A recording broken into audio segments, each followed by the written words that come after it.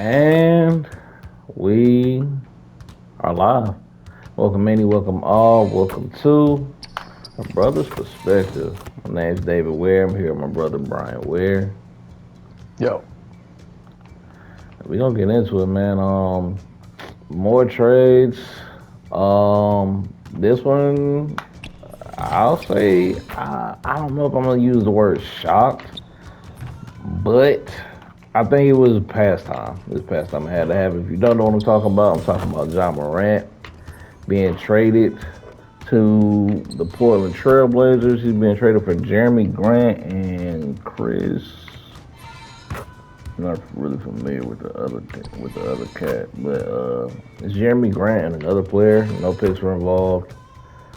What do we think about this trade? I think it's another catastrophe.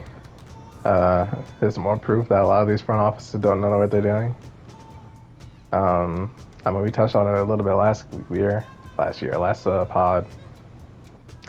Ja's been the same player for the last 10 years. And going back to his second year at Murray State, he's been the same player.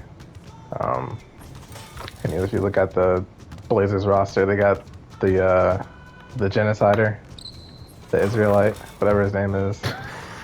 They got. Genocider is crazy. We already know what it is, but so-called chosen people, whatever. They got him. They got Dame. They got Scoot Henderson, and now throwing John in the mix. It's horrible, but the new owner's a cheapskate, so this is probably just a glorified tax write-off for him. I'm lukewarm. I'd be gobsmacked if anything successful comes from this. Yeah, man. I mean, you're looking at a potential starting lineup of John Morant at the point, Drew Holiday at the 2, Toman Kamara at the 3, Denny Avdia at the 4, and Donovan Klingon at the 5. No idea who Donovan or Tajman or what their game is or what they're about. Denny a bucket. I don't get into his politics. I don't know what he's got going on there, but he's a true bucket. Josh never had that with him, right? It's always been like everything is created by him, got to play through him. We all know Drew is definitely past his prime, but he's still a really super solid defender. Can get a bucket here and there when you need it. You know, an IQ guy that's been there, done that. You know what I'm saying? Has contributed heavily to 2 championship teams, so He knows has how to to get a win. buyout. There's no way he goes out like this. I refuse to believe it. Yeah, that's kind of what I'm waiting to see next. Like, is Drew gonna stick it out with this group? I think Dame's pretty much cooked. I don't really see him. That's all. That's all. It's all form. about. It's a swan song. That's all that is. Right. And then Scoot, he hasn't become what he was being hyped up to be. He still got a lot of, tread in front of him. But yeah, I mean, I look at this with John, you get to go somewhere that's a lot quieter. You get to go somewhere where you're, really out of the spotlight. You get to go somewhere and really work on your game, man. I mean, to be a guy that was being touted as a new face of the league by, his second year and the fall from grace he's had, he definitely had to get out of Memphis. I mean, I can't knock Memphis for getting him out of there. I can understand completely why they wanted to do that. It was definitely time. Now for him, it falls on him, bro. Are you gonna work on your game? Are you gonna add to your game? Are you gonna get in the lab and work on your jumper? Or are you gonna, become somebody that's a threat besides just rim running? Like, because if he doesn't do that, he's got maybe 2 more years in the league. You're an undersized point, just playing transition ball and jumping over people. That's already pretty much run his course. Like, it's time for him to definitely add to his game. I think he's going somewhere where he can do that. I can't even tell you here the coaches off the top of my head. We know who it's not. We ain't got to get into that. But yeah, I just think, yeah. I think for him, it's just, I guess Tiago split it, opportunity. right? Oh, Tiago split Did it. Tiago get the call? I did see something about him. I know he was on the staff. I didn't know if that's who they moved up. But it might be Tiago, which is interesting, because normally role players are actually pretty good coaches, so that's how that normally goes.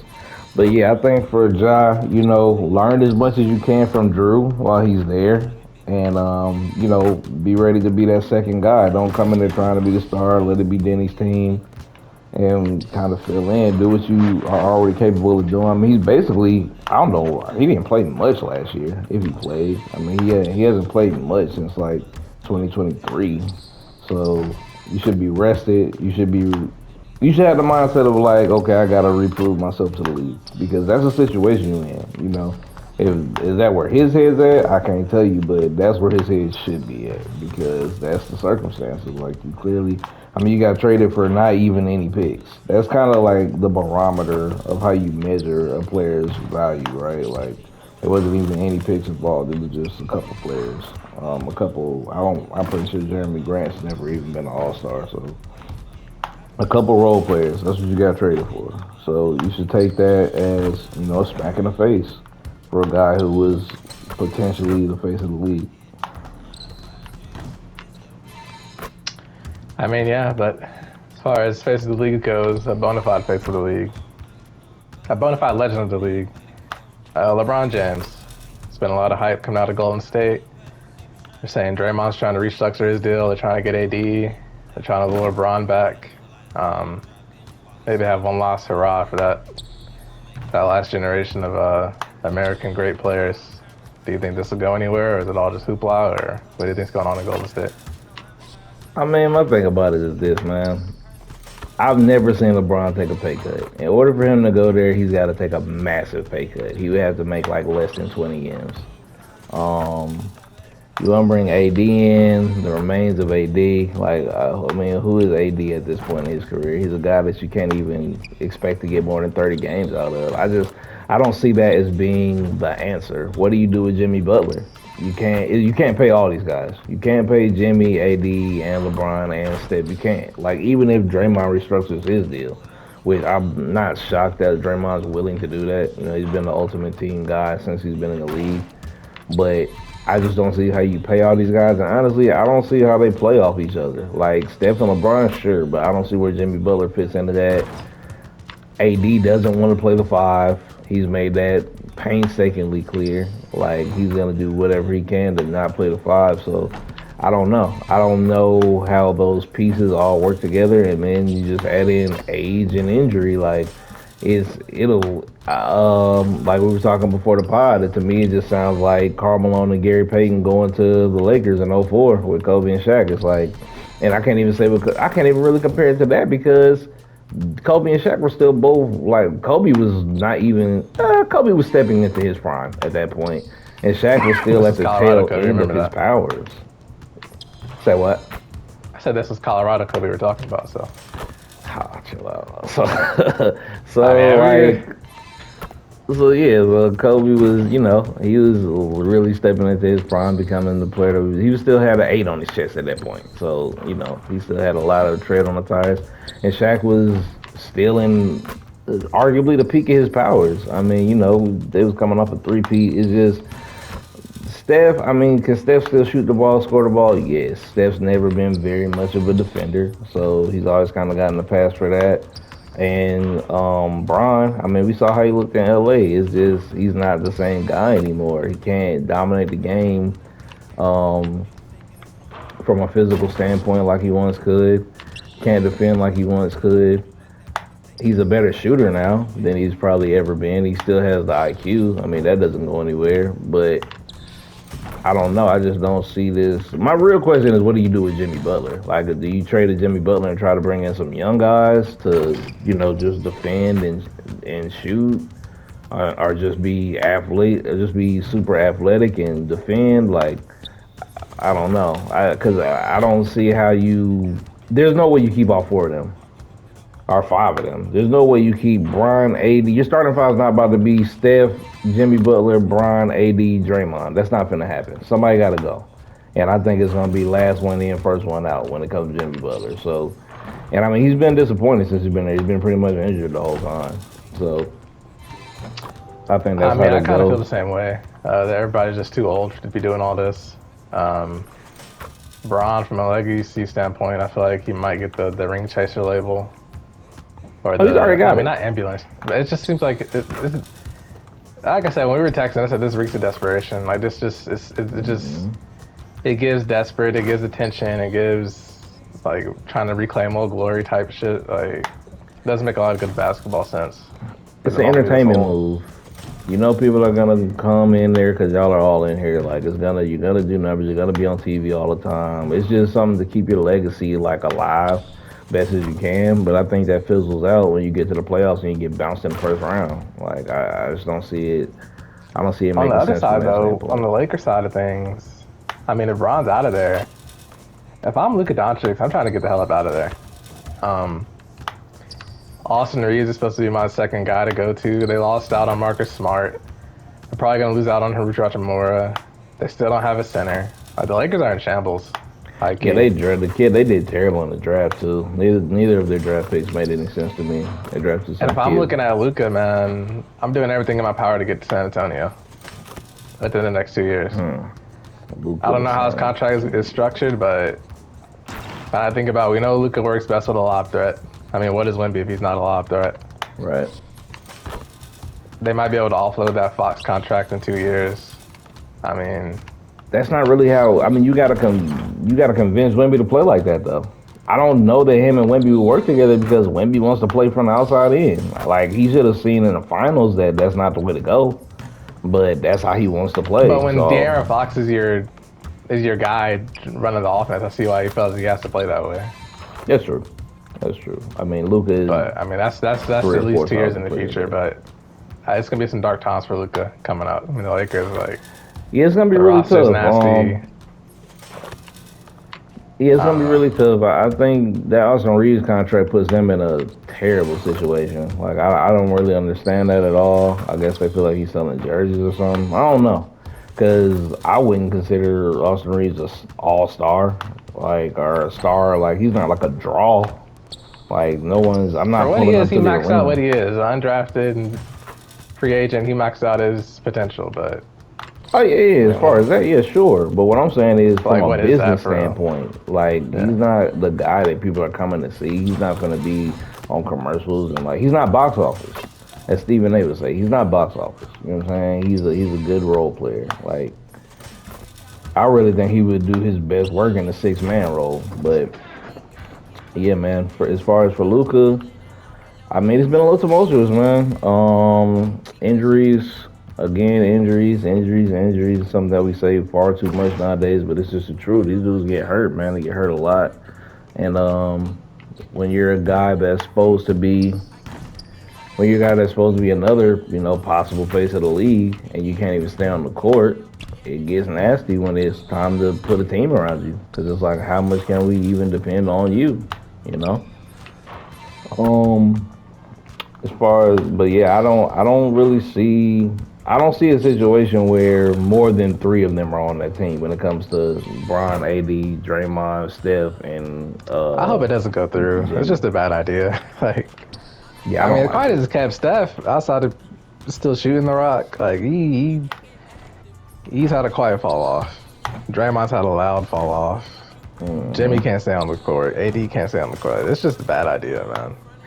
Yeah, man, it's damn near time for all of them to just hang it up, man. Like it's almost time for all of them to just hang it up, bro. Like I think that's the other thing with like and of course this is a cross sport reference, but people see what Tom Brady did, people see what LeBron's doing. It's like everybody feels like they can play till they 40 or just hang on and milk it. It's like nah, bro. Like 8 to 10 years, that's a great career in a professional as a professional athlete. Like you gotta max that out because after that, it's like I think who was it? I can't remember who it was, but there's a quote like it's nothing harder than you know properly managing an aging star or an aging superstar. I can't remember who the quote was from. I want to say it was Phil Jackson, but I ain't positive. But yeah, it's like once you're older, you're not who you were. In your mind, you're who you were. Or either, I mean, most stars, superstars, they can't. It's hard to mentally take yourself back to that place when you were, just a guy on the team. You know what I'm saying? Especially if somebody like, okay, for example, Jimmy Butler. Jimmy Butler he wasn't expected to become what he became. Like nobody was expecting him to turn into a guy that could take a team to the finals twice, and he did that. So it's hard for him to, and I understand why it would be hard for him to like put himself back in the mindset of okay, I just need to be a guy coming off the bench, maybe the seventh man, fill in, play defense, and like it's gonna be extremely hard to get somebody to go back into that mindset when they've been the guy on the team, and on a successful team at that. I mean, they didn't win it all, but they got there, and according to your generation, that counts for something. So it's like, I mean, it definitely counts for something, but they're not even gonna get there anymore. That's my point. All these dudes have fallen off like precipitously. So I just think they should go ahead and wrap this thing up. I mean, we said it a bunch of times at this point. For Braun, you either do the sentimental play, go back to Cleveland, or you try to get with an actual superstar so you don't have to work like in Denver or in San Antonio. But right. doing it Right, this way man. it's just all bad. And speaking of returning, there's talks of Kawhi Leonard being shipped back to the Toronto Raptors. How do we feel about this move? Does it do anything? Does it bear any fruit? Kawhi's an LA guy, man. LA through and through. Um, Shout out Uncle Dennis. All the all the backroom deals that he did with Ballmer to get him to the Clippers. Um, I feel like he's so LA, he'd rather retire before he goes back to Toronto. Obviously, the year they had was magical, but I think that was more of a circumstance than anything. I don't think that was planned. It was just, it happened and it's over. And we all know Kawhi's not the biggest emotional dude, so I don't think he'll think twice about hanging it up instead of having to go over there. I doubt he's hurting for money, so I'd be shocked if it goes through, if he leaves LA. Yeah, I can see Kawhi going out the way Barry Sanders did. Just wake up one day and be like, "Yeah, I'm done," and that's it. It's no parade. There's no farewell tour. There's none of that. It's just I'm good. I'm good on it. And he's just not on anybody's roster.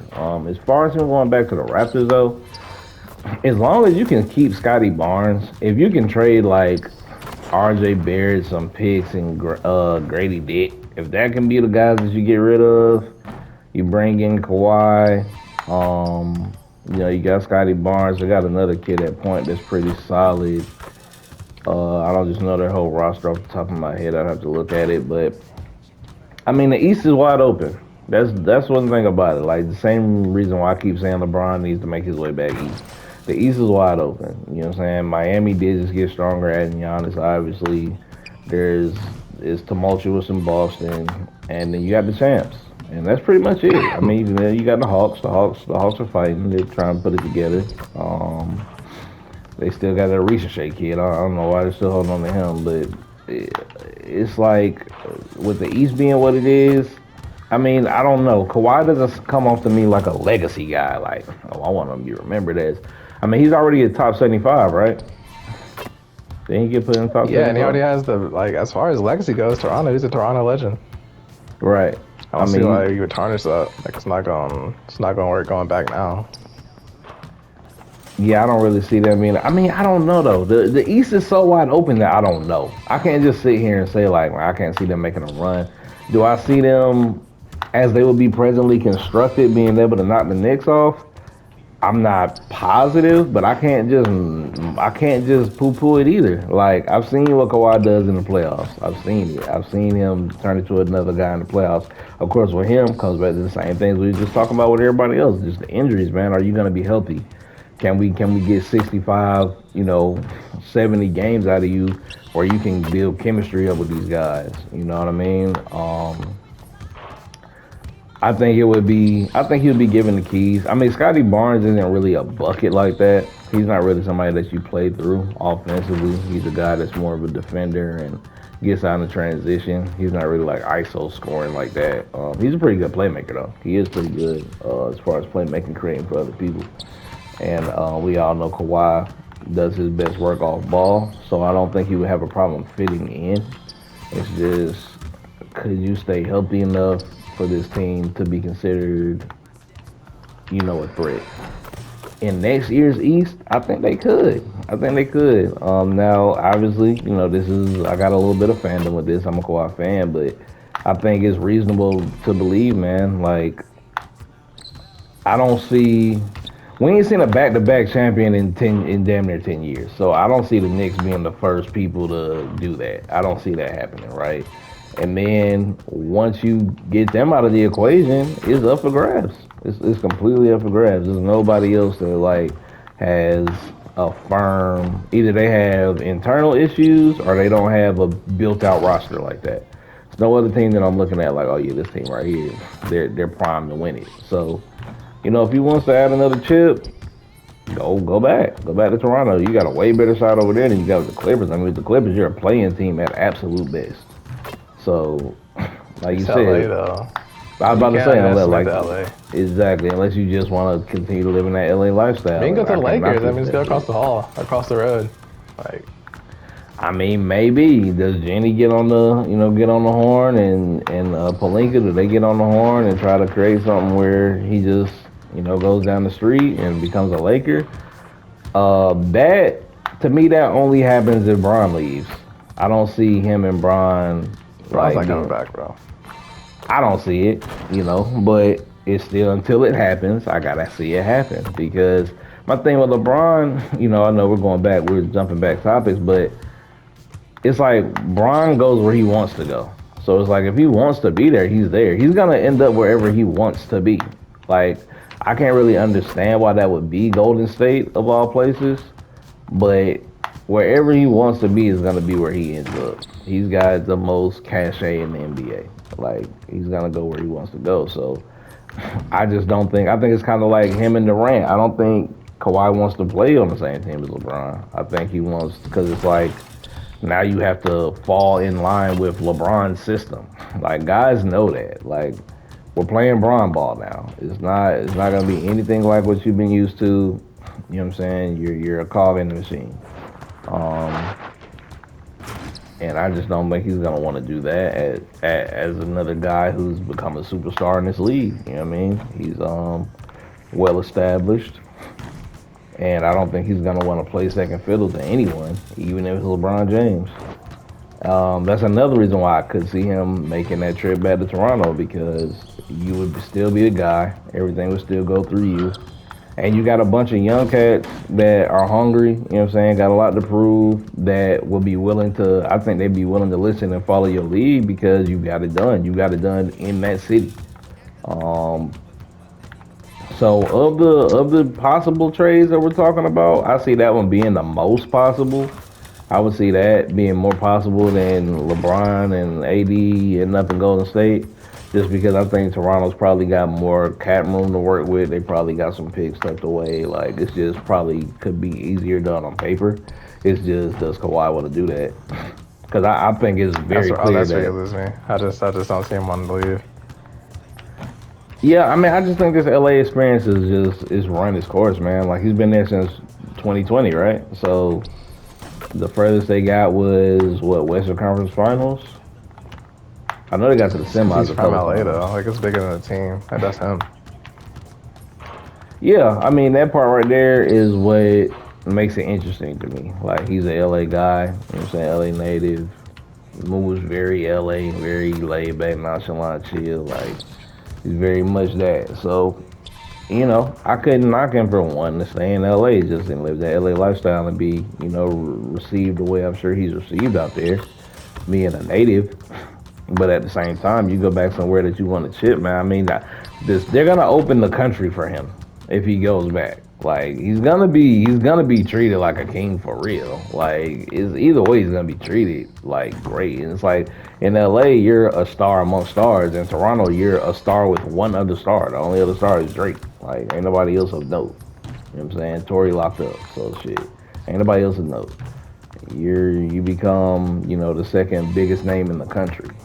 I don't know if that's just something to sneeze at, but But he's been there, done that. Like I don't know. I feel like you're tempting fate, trying to just get greedy with it.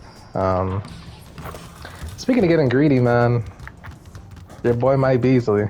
it's a great segue. Your boy Mike Beasley. Pistons, sharpshooter. Had some allegations of gambling. Got to be honest, if you look at some of the footage, there's a lot of suspect plays. Oh, the tape is damning. The tape is damning. Did you see the clip when And it was like 8 seconds left, and they were had to cover that down? spread, man. They were like, or up. They were up by like 6 or whatever. He gets the inbound. I'm talking about boy full sprint to that rim, lay the Full ball court sprint, up. cover that spread, Well, that shit man. was real. Like, And I apparently the don't know. feds felt the same way. They're looking at some federal charges. And we mentioned it briefly earlier with the Trailblazers and Chauncey Billups. You know, he got caught up earlier this year. Yeah. Um, I forgot the other dude, something Dash, something. But yeah, Malik Beasley facing federal time, facing federal charges. Will he flip? Is there a bigger fish involved, or will you think he'll take one for the team and just, they'll send him down and this will be the end of it? But I don't how do think you there's think a it's gonna bigger go? fish involved. I just think this is the risk the NBA ran and all sports ran when you started letting all these betting apps happen. When once these betting apps started happening, and it's like guys can have somebody else make an account and all this type of stuff. Like this is the new pro sports in America. Like it's gonna be more of this. This is not nowhere near ending. You know, Terry Rozier got his time. Like it's gonna be a thing that continues. You know, you could try to so-called make a example out of somebody, but people gonna always think they can beat the system. And with all these different gambling apps, you know what I'm saying? All the different ways you could try to beat the system. It's just what you can't beat is that footage. That footage get damning, man. The footage get damning, and you people can tell when you're throwing the game. People can tell when it's like just like the play I just talked about. It's 6 seconds left. You flying down court trying to get a bucket, and y'all are up 8, 10 points. It's like, what are you doing? Nobody does that. It's just I don't know. You're gonna get caught. Like you're gonna get caught. It's not That's what no I'm way. saying though. But like, is just, I said, are we saying it's just Beasley, Chauncey, and Rozier? Is that as deep as the wormhole goes? As deep as the rabbit hole goes? Do the feds care? Do they just want to make an example out of somebody? Because if that's the case, I understand it. But if he has a chance to flip on somebody, I think he'll try to flip. I mean, I don't think there's like one singular person that's behind all of these different situations that's pulling the strings. I think these guys get in there. Man, look, NBA players got habits, bro. They got vices. They make, you know what I'm saying, bad investments. They get behind on their bread. Like, I think it was it Rashad McCall? I'm pretty sure it was on Gil's Arena. They were talking about how a bunch of these players are living paycheck to paycheck. It's big checks. But you still living paycheck to paycheck. You got a baby mama over here. You got a property over here. You get traded. You buy this car. It loses value. You buy these chains. You live in this, you know, flamboyant lifestyle. And you get traded or you get cut or you get waived or whatever. Now you got to take a league minimum. It's like, you know what I'm saying? You pull a Dennis Schroeder and don't take the 90 M's on the table and go open a restaurant and end up getting a $6 million deal. It's like, a lot can happen. A lot can happen that messes these guys' money up, man. And I just think we're gonna continue to see these gambling things pop off. You know what I'm saying? I think it's gonna be different players all the time, but I don't think this is gonna be the last of it. I don't think we're nearing the last of it. It doesn't matter, you know, people getting locked up and all this. It's like this is what people feel like can dig them out of that hole that they dug for themselves. Um, Wrapping up, man. Anything else you want to tell the people before we get out of here? Always do the right thing, kids. Always do the right thing. Yeah, man. Watch your plate, handle your business. Live within your means. And with that, my name's David Ware. I'm here with my brother Brian Ware. Yep. And this is a brother's perspective.